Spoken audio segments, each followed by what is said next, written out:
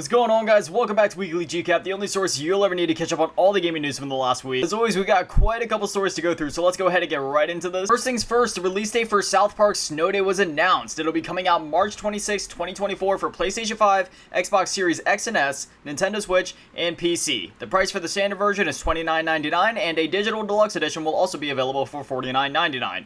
I find it interesting how the game is coming out for the Nintendo Switch, but not the PlayStation 4 or Xbox One.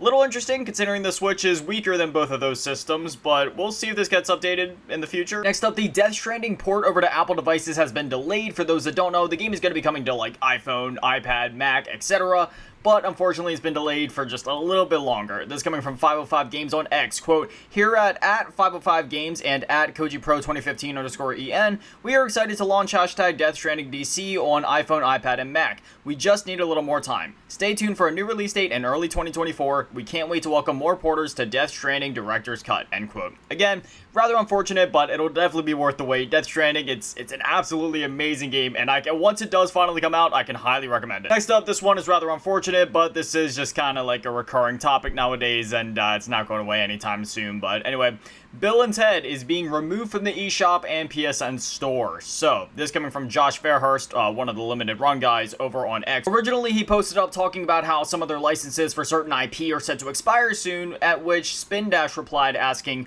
what about the digital versions of games you released, like Bill and Ted? To which Josh Fairhurst replied with, quote, Bill and Ted will be removed from sale before January 1st on all platforms. Yes, this means it won't be available to buy, but people will still be able to re-download it, end quote. So if you purchased it, you'll still be able to re-download it, but it's being delisted, which is obviously a shame. So, they said it'll be going away before January 1st. At the time of recording this, it is December 28th, and when the video goes up, it'll be December 29th. So, hopefully, as long as you're seeing this video within, like, the first couple of days, you might still be able to snag it. I don't know if it's going down necessarily, like, as soon as it hits January 1st, or if they were just saying in general, like, you could already be down at this point, but still, it's a shame to see these games just, like, disappearing out of thin air and essentially becoming nothing more than, you know, just, like legends, you know what I mean? Like, there's no physical proof that they were here. Luckily, in the case of Bill and Ted, I do believe that there was physical copies made, but for some of these other games that were only ever digital only, once they go away, they go away. The only thing that's left of them is just, like, again, like, it's sort of like a legend, right? Or, like, a story, like, you know, people talking about it, but, I don't know, just always makes me sad whenever this happens. Next up, we got some new details for Like a Dragon Infinite Wealth, which this is set to release here pretty soon, and I'm super excited for this. I'm a huge fan of the Like a Dragon / Yakuza games. Just, it's an amazing series overall. But anyway, this is coming from Kami on X. Quote, new interview with RGG studio director Masayoshi Yokoyama. So this is all just like bullet points, so just, you know, try to follow along with me. Like a Dragon Infinite Wealth will be roughly 70+ hours for the main story alone. That doesn't include side content. Confirms Infinite Wealth is much larger than Yakuza Like a Dragon, with 2 main protagonists and tons of side content for each. Pre-orders are looking to break their all-time record. No plans to bring it to Game Pass at the moment. Once they want people to treat Infinite Wealth like a TV drama, play consistently, but for 2 to 3 hours a day so they don't do damage to their health.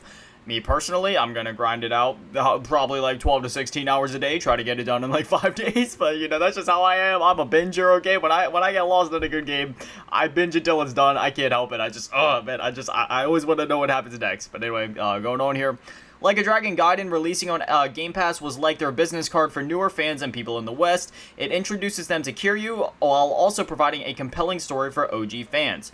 Like a Dragon Gaiden sales doubled their expectations in Japan. Since Gaiden seems to have been received well, Yokoyama thinks it's a good approach to release more smaller titles in between big releases in the future, end quote, which I do think that's a good idea. You know, there is a lot of room to explore in the Yakuza / Like a Dragon universe, and especially with a game like Gaiden, you know, that game was absolutely excellent, while still being a smaller budget title, and it didn't feel like a filler title, or didn't feel too shoehorned in. Like, it made sense within the universe, and it was still a very compelling title through and through. So, yeah, if they will continue with that, I think that would be totally fine. I think that would actually be beneficial, both for fans and introducing new fans to the series.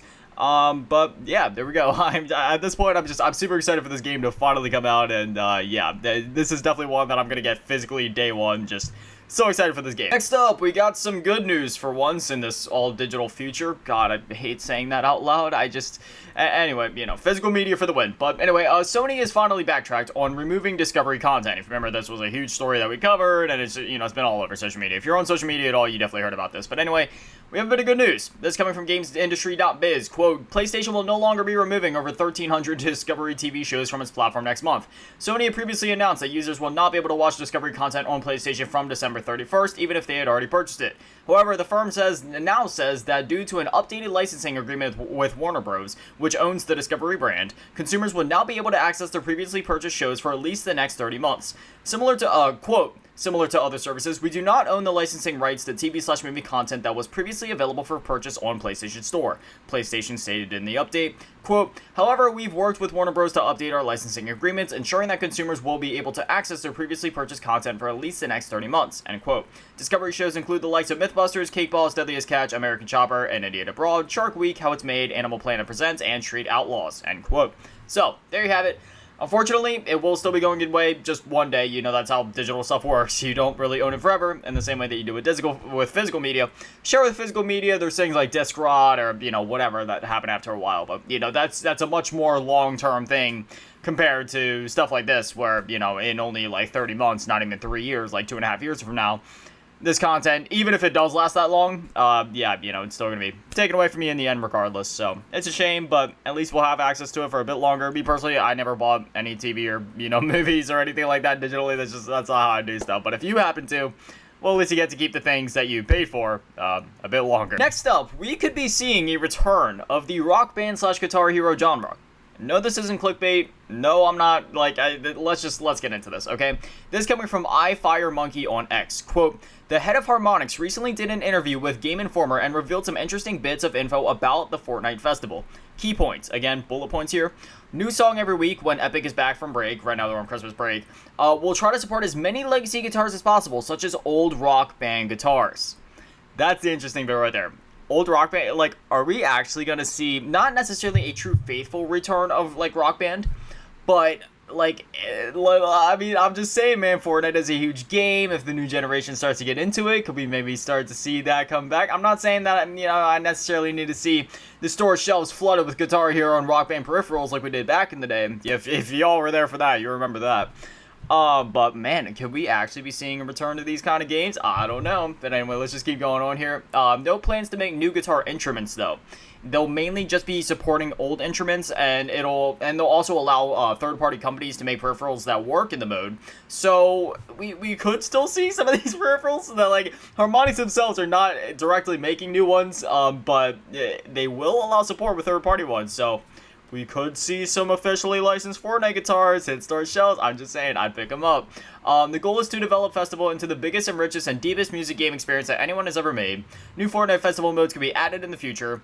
Fortnite is now a universe of games, and in the future, Epic will be allowing creators to make their own music games that can access the music in a that can access the music in a player's locker. Sorry, this so many words jumbled up together there. But anyways, yeah, I don't know. I mean, to say that I'm excited about this would be a complete understatement. I grew up on, you know, like the Rock Band and Guitar Hero games, so I mean, if I don't even know what to say. I'm really excited. The best part is that I still have all my Guitar Hero and Rock Band, you know, guitars from back in the day. So I mean, I don't play Fortnite. I mean, I've started getting back into it lately, because, like, for a while I didn't play Fortnite, but then I re-downloaded it and started playing Lego Fortnite, and I've actually been playing that a lot, and now with this Fortnite Festival thing, I might be main in Lego Fortnite in Fortnite Festival for a bit. I'm just saying. Next up, we got a response from Insomniac regarding the leaks and hacks and all that. I did not cover this last episode just because, from a morality standpoint, and in terms of the news, you know, I only cover, like, the big, real news, announcements, fun stuff like that, and, I don't know, this was one of those things where it was so widespread as it was that I didn't necessarily want to draw more attention to it, because